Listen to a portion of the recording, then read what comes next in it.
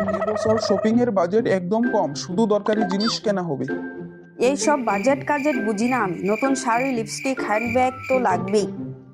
আরে মম, না কিনলে তো সবাই বলবে উফ, ওর ড্রেস কত আউটডেটেড। আমার একটা সুপার কুল হুডি চাই, না হলে ঈদে ভাইব কইরা কি লাভ।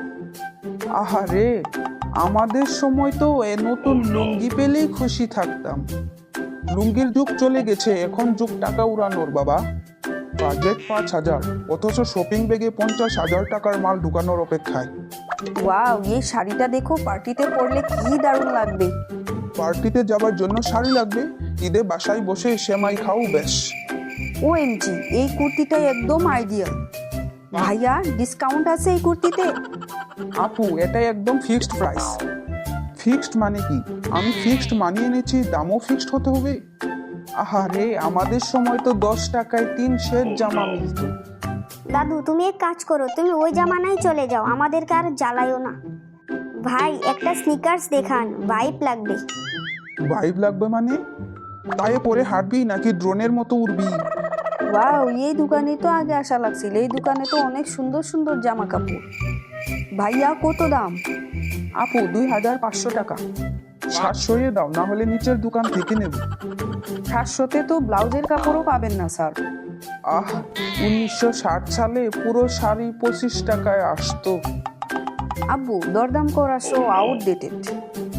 হাল ফ্যাশনের লুক তো। উফ, বাজার করে এনার্জি একদম শেষ, কিছু খেতে হবে। খাওয়ার বাজেট নেই।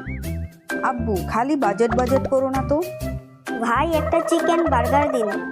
বার্গার খেতে হলে নিজের টাকা বের করো। কি জামানা আসলো!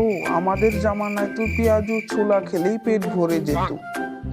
ঠিক আছে, অপেক্ষা করেন, আমি দিচ্ছি। 5,000 টাকার জায়গায় 15,000 খরচ হয়ে গেল। এত কম তো? ঈদ তো বছরে একবারই আসে।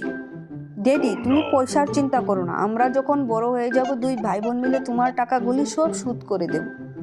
হ্যাঁ বাবা, তুমি চিন্তা করো না, আমরা সব টাকা তোমাকে রিটার্ন করে দেব।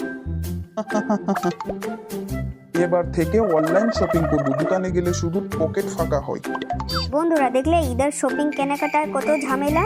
তোমরাও কি শপিং করেছো? কমেন্ট করে জানাও, এবং ভিডিওটি ভালো লেগে থাকলে ভিডিওটিকে লাইক, কমেন্ট, শেয়ার এবং সাবস্ক্রাইব করে দিও চ্যানেল।